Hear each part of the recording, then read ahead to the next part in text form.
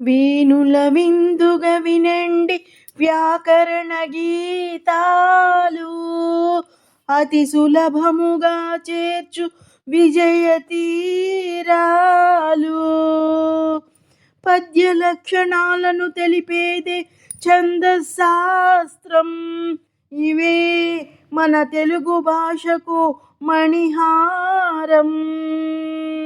ఛందస్సులో ఒక భాగం వృత్త పద్యములు, ఇందులోనే వెలిసాయి ఘనమైన కావ్యములు. భరణ భరవ గణముల పొందిక, నల్ల కలవ పూల చంద అందాల ఉత్పల మాలిక. అక్షరాలు ఇందులో ఉంటాయి 20, ఎతిగా నిలుచును అక్షరమే 10. ఉదాహరణను గమనిస్తే, ఎవ్వని చే జనించు జగమెవ్వని లోపల నుండు లీనమై, నజ భజ జజర గణముల పొందిక, సంపంగి పూల సువాసన కల చెంపక మాలిక. అక్షరాలు ఇందులో ఉంటాయి 21, ఎతిగా నిలుచును అక్షరమే 11.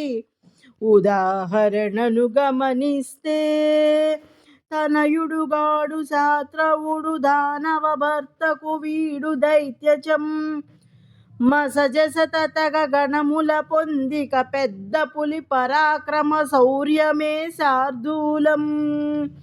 అక్షరాలు ఇందులో ఉంటాయి 19, ఎతిగా నిలుచును అక్షరమే 13. ఉదాహరణను గమనిస్తే, లావొక్కింతయు లేదు ధైర్యము విలోలంబయ్యే ప్రాణంబులున్,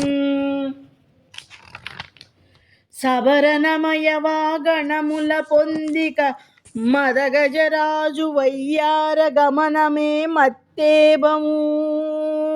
అక్షరాలు ఇందులో ఉంటాయి 20, ఎతిగా మారును అక్షరమే 14.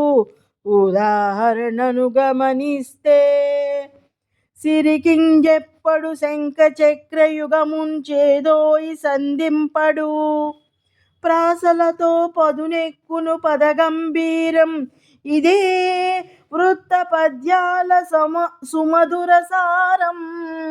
ఇదే వృత్త పద్యాల సుమధుర సారం. వీణుల విందుగ వినండి వ్యాకరణ గీతాలు, అతి సులభముగా చేర్చు విజయ తీరాలు.